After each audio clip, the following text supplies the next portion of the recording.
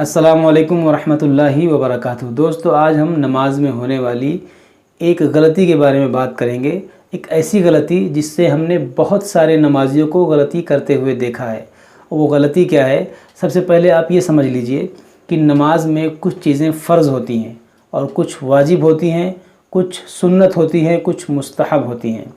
अब अगर फ़र्ज़ कोई छोड़ दे, नमाज में जो चीज़ें फ़र्ज़ हैं, अगर कोई फ़र्ज़ छोड़ दे तो उसकी नमाज होगी ही नहीं।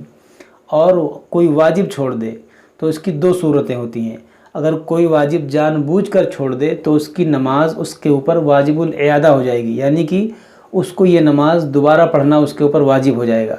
और अगर कोई भूले से कोई वाजिब छोड़ दे, यानी भूल कर तवज्जो ना रही और भूले से कोई वाजिब छूट जाए, तो फिर आखिर में वो सजदा सहव कर लेगा तो उसकी ये नमाज मुकम्मल हो जाएगी। तो वो हमने जो गलती देखी है, वो गलती ये है कि लोग वाजिब में बहुत गलती करते हैं। और वो वाजिब क्या है?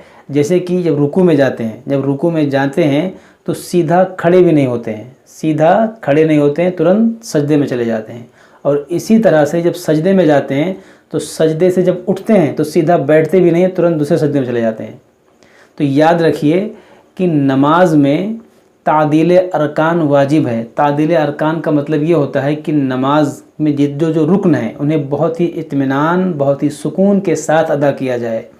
और इसे उलमा फरमाते हैं कि जब हम रुकू से सीधा खड़े होते हैं तो इसे कहते हैं कौमा। रुकू से सीधा खड़े होने को क्या कहा जाता है? कौमा। और ये वाजिब है। इसी तरह से सजदे से उठने के बाद जब हम बैठते हैं तो इसे कहते हैं जलसा, और जलसा भी वाजिब है।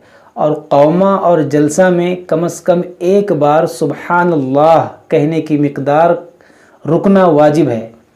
एक बार सुबहानल्लाह कहने की मिक़दार ठहरना वाजिब है। यानी कि जब रुकू से आप सीधे खड़े होते हैं तो सीधे खड़े होने के बाद में कम से कम एक बार सुबहानल्लाह, इतना वक्त खड़ा होना वाजिब है।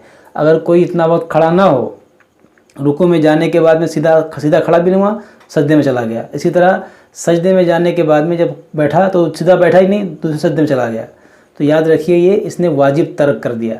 और अगर इसने जानबूझकर ऐसा किया है, जो कि लोग जानबूझकर ही करते हैं इल्म ना होने की वजह से, तो याद रखिए ये सारी नमाज़ें वाजिबुल इयादा होंगी।